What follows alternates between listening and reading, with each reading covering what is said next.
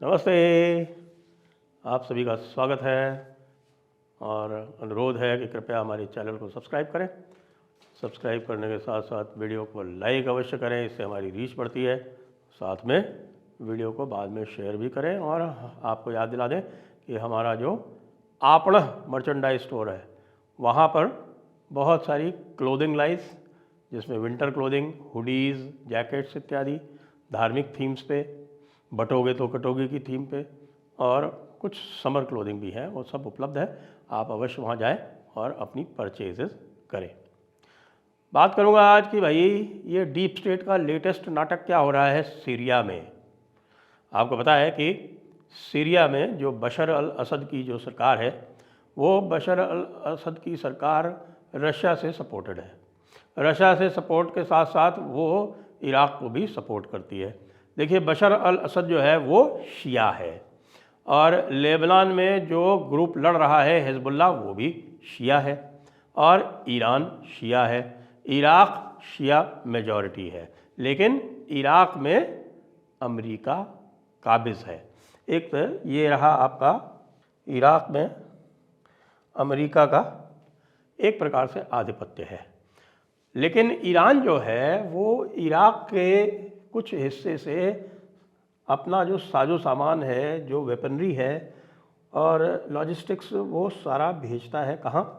वो भेजता है लेबनान में हिजबुल्लाह के पास। तो अब सवाल ये उठता है कि भाई ये हिजबुल्लाह को अगर ये इस प्रकार से कर रहा है, तो ये जो काम किया गया है ये इसलिए किया गया है, जैसा कि लोग कह रहे हैं कि भाई किसी भी तरह से हिजबुल्लाह की ताकत को रोका जा सके। लोग पूछ रहे हैं कि भाई ये आपने बताइए कि इज़राइल ने अभी ये इस वक्त सीज़ फायर क्यों किया? इज़राइल ने सीज़ फायर इसलिए भी किया क्योंकि वो कोशिश करके ये देखना चाहता था कि किसी तरह से जो हिजबुल्लाह की जो फायर पावर है उसको रिड्यूस किया जा सके, क्योंकि हिजबुल्लाह की फायर पावर को वो पूरी तरह से ख़त्म नहीं कर पाया था। तो अब देखिए ये डीप स्टेट क्या करती है। डीप स्टेट जो है वो लग जाती है इज़राइल के साथ, तुर्की के साथ और बशर अल असद के साथ में खेल शुरू कर देती है। क्यों खेल शुरू कर देती है? उसका बहुत बड़ा कारण है। मैं आपको ये कारण बताता हूँ। सबसे पहला जो बड़ा कारण है वो ये है कि ये आप स्थान देखें, ये जो स्थान है यहाँ पर, ये है टार्टस। टार्टस नाम का यहाँ पर पोर्ट है। ये जो टार्टस पोर्ट है ये रशिया का मिलिट्री बेस है और रशिया का मेजर मेडिटेरेनियन बेस है। तो अब ऊपर से इन्होंने टर्की के माध्यम से सारे साजो सामान सप्लाई करके, सारा एम्यूनिशन वेपनरी सप्लाई करके डीप स्टेट ने, यूएस ने टर्की के माध्यम से, और क्योंकि टर्की का भी इंटरेस्ट है कि वो रशिया सीरिया को काबू में रखे।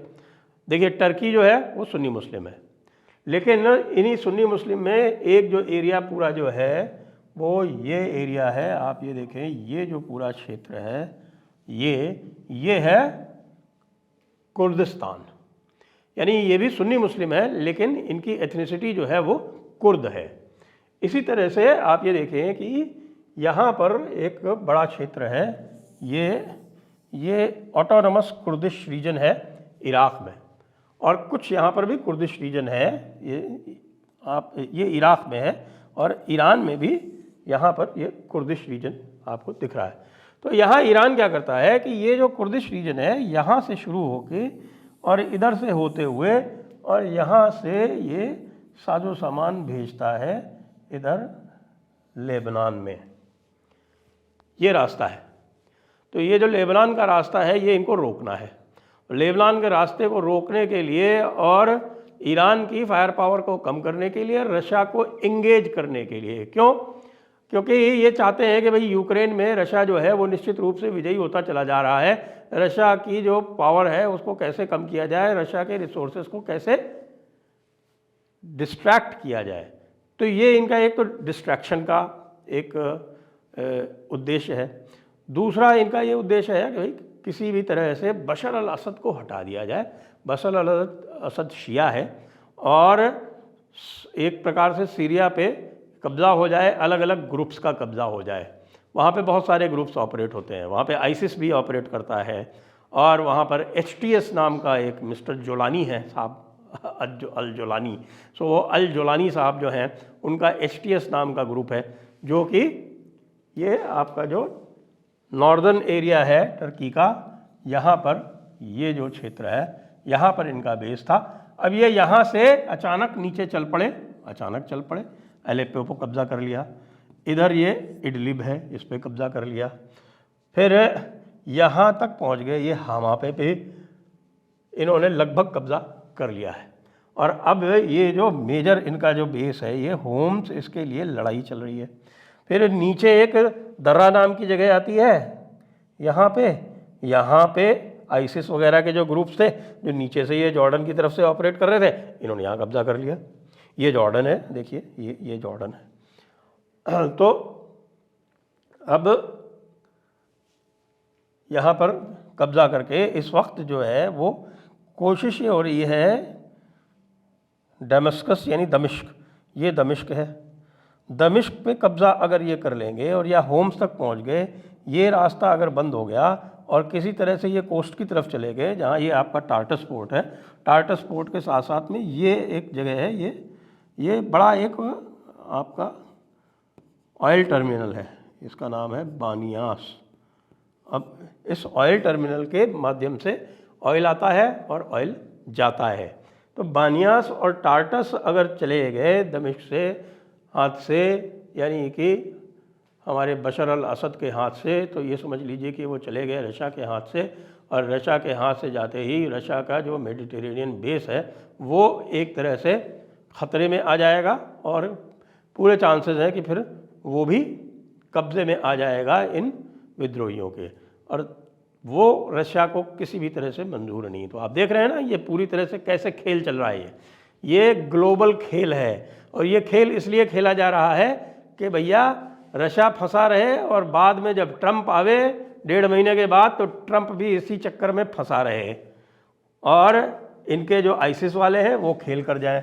झगड़ा बस इतना हो रहा है कि ये जो HTS है, यहाँ पर जो आपका HTS जो यहाँ पर काबिज है, वो टर्की से उसके डिफरेंसेस हैं।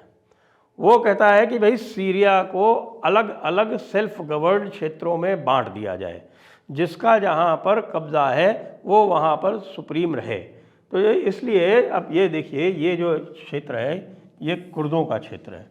अब ये कुर्दों के क्षेत्र में कह रहे हैं कि साहब कि कुर्दों की सुपीरियॉरिटी, सुप्रीमेसी वहाँ रहनी चाहिए, लेकिन इस मामले में टर्की का दूसरा रुख है। टर्की कहता है कि नहीं भाई, कुर्दों से तो हमारी लड़ाई है, क्योंकि कुर्द जो हैं वो टर्की के ईस्टर्न साइड में अपनी स्वतंत्रता के लिए अलग से लड़ाई लड़ रहे हैं। तो वो दूसरा चक्कर हो गया कि भाई अब HTS में और टर्की में इनमें डिफरेंसेस इस समय हो रहे हैं, और इसीलिए ये जो एडवांस हो रही थी इसमें देरी हो रही है।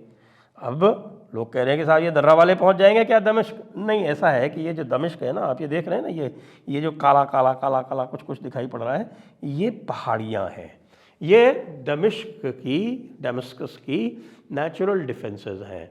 तो इस समय इन नेचुरल डिफेंसेस को स्ट्रेंथन किया जा रहा है, जो यहाँ से जैसे हमा से इन्होंने विड्रॉ कर लिया आपके सीरियन फोर्सेस ने, और सीरियन फोर्सेस ने विड्रॉ करके यहाँ होम्स को स्ट्रेंथन किया, होम्स की डिफेंसेस को।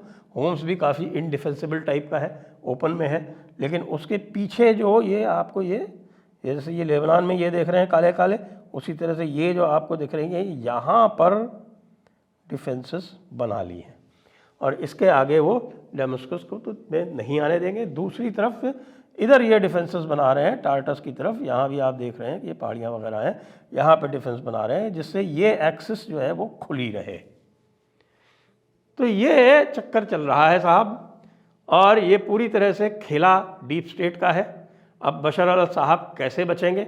बचने के लिए उनको आवश्यक है कि भाई जो रशियन और सीरियन जो एयर फोर्सेस हैं वो लगातार बमबारी कर रही हैं। वो कह रही हैं उन्होंने कोई 2500 रेबल्स को मार दिया है। रेबल्स की संख्या भी लगभग 20-30 हज़ार है, यानी मोबिलाइज़ किया है बहुत अच्छी तरह से, और मोबिलाइज़ करके उनको पूरी तरह से साजो सामान से सुसज्जित भी किया है।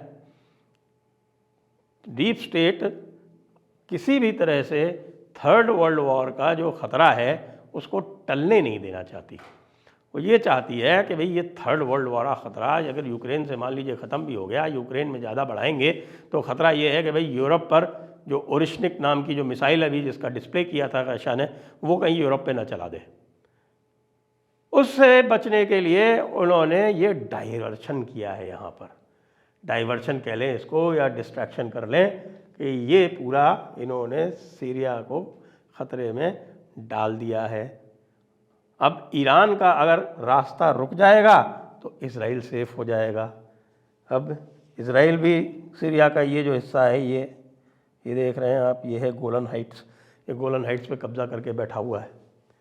बड़े मज़े का एक मंज़र बना हुआ है। आइए इसके ऊपर लगातार निगाह रखेंगे और देखते हैं कि ये डीप स्टेट का जो लेटेस्ट वेंचर है वो कहाँ तक जाता है। जय हिंद, जय भारत, वंदे मातरम।